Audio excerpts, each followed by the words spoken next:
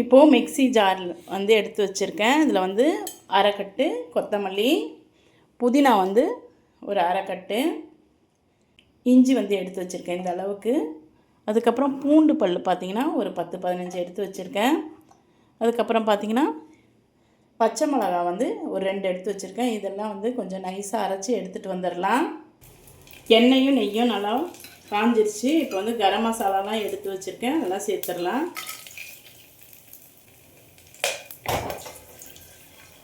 கரம் மசாலாலாம் பொரிஞ்ச பிறகு ஒரு பெரிய சைஸ் வெங்காயம் எடுத்து கட் பண்ணி வச்சுருக்கேன் நீல வாக்கில், அதை சேர்த்துடலாம்.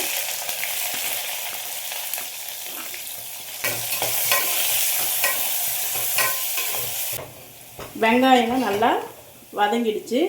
இப்போ வந்து பார்த்திங்கன்னா இதில் மிக்ஸி ஜாரில் கொத்தமல்லி, புதினா இதெல்லாம் வந்து இஞ்சி பூண்டெல்லாம் அரைச்சும் பாருங்கள், அந்த பேஸ்ட்டை அரைச்சி எடுத்துகிட்டு வந்திருக்கேன், சேர்த்துடலாம்.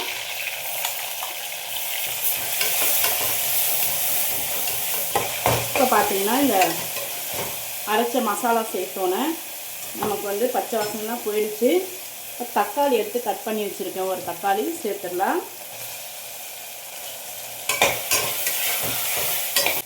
தக்காளி போட்டு ஓரளவுக்கு நல்லா வதங்கி வந்துடுச்சுங்க. இப்போ நம்ம சேர்த்த இஞ்சி பூண்டு பேஸ்ட்டு, இந்த கொத்தமல்லி இதெல்லாம் வந்து பச்சை வாசனை போயிடுச்சு. இப்போ வந்து மசாலா சேர்த்துக்கலாம். இந்த பிரியாணிக்கு 1 ஸ்பூன் அளவுக்கு வீட்டு மிளகாய் பொடி, மஞ்சள் பொடின்னு பார்த்தீங்கன்னா 1/4 ஸ்பூன் சேர்க்குறேன். இப்போ இதெல்லாம் நல்லா சேர்த்து நல்லா ஒரு மிக்ஸ் பண்ணிடலாம். பாருங்கள், இது வந்து இந்த மாதிரி கலராக வந்திருக்கு. உங்களுக்கு எப்படி தெரியுது கேமராலன்னு தெரியல, இந்த அளவுக்கு வதங்கி வந்துடுச்சு. இது கூட பார்த்தீங்கன்னா உப்பு சேர்த்துக்கலாம்.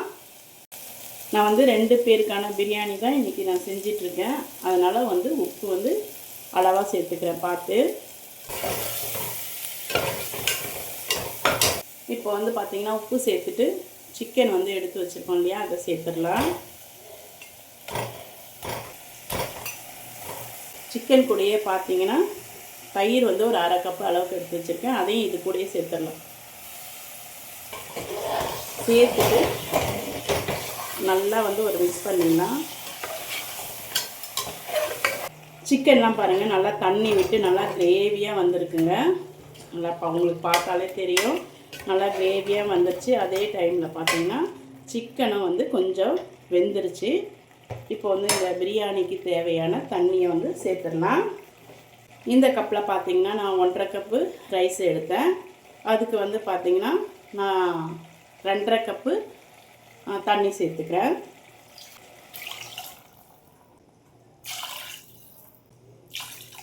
இப்போ 2.5 கப்பு தண்ணி வந்து சேர்த்துட்டேன். சேர்த்துட்டு ஒரு வாட்டி நல்லா மிக்ஸ் பண்ணிடலாம். நல்லா மிக்ஸ் பண்ணியாச்சு. இது வந்து ஒரு 5 நிமிஷம் நல்லா கொதிக்கட்டுங்க. இப்போ மூடி போட்டுடலாம். பிரியாணிக்கு தண்ணி சேர்த்தோம் பாருங்கள், நல்லா கொதிக்க விட்டுட்டேன். ஒரு 5 நிமிஷம் நல்லா கொதிச்சிட்ருக்கு. இப்போ வந்து அரிசியை நம்ம வந்து சேர்த்துடலாம். இதில்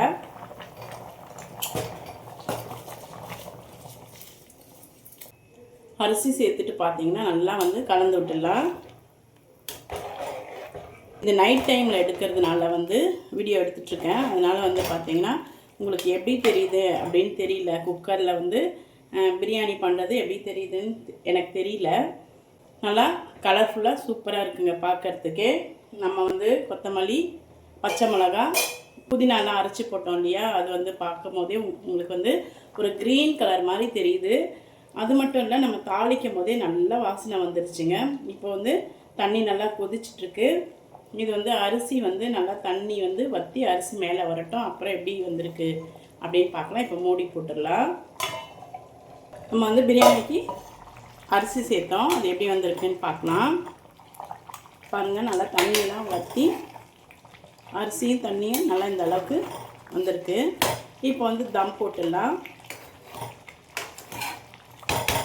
மூடி போட்டு ஒரு 10 நிமிஷம் மட்டும் அடுப்பு வந்து சிம்மில் போட்டுடலாம். இப்போ மூடி போட்டு ஒரு 10 நிமிஷம் மட்டும் இருக்கட்டுங்க தம்மில். அதுக்கப்புறம் பிரியாணி எப்படி வந்திருக்குன்னு பார்க்கலாம். சிக்கன் பிரியாணி தம் போட்டு ஒரு 10 நிமிஷம் ஆயிடுச்சுங்க. அது எப்படி வந்திருக்குன்னு சொல்லிட்டு பார்க்கலாம்.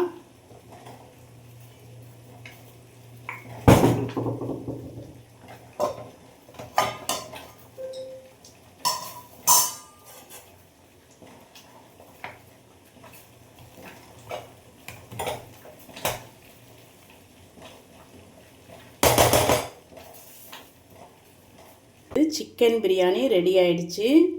பார்க்குறதுக்கே பாருங்கள், நல்லா வீடியோவில் வந்து லைட்டில் வந்து உங்களுக்கு எல்லோ கலர் மாதிரி தெரியுது. ஆனால் வந்து ஒரு க்ரீன் பிரியாணியோட கலர் வந்து ஒரு க்ரீன் கலராக இருக்குது.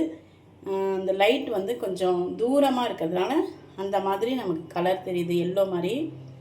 இந்த புதினா, பச்சை மிளகா, அப்புறம் பார்த்திங்கன்னா மல்லி தழை, இதெல்லாம் வந்து அரைச்சி ஊற்றுனதுனால எனக்கு வந்து க்ரீன் கலரில் வந்து பிரியாணி வந்து இந்த மாதிரி இருக்குது.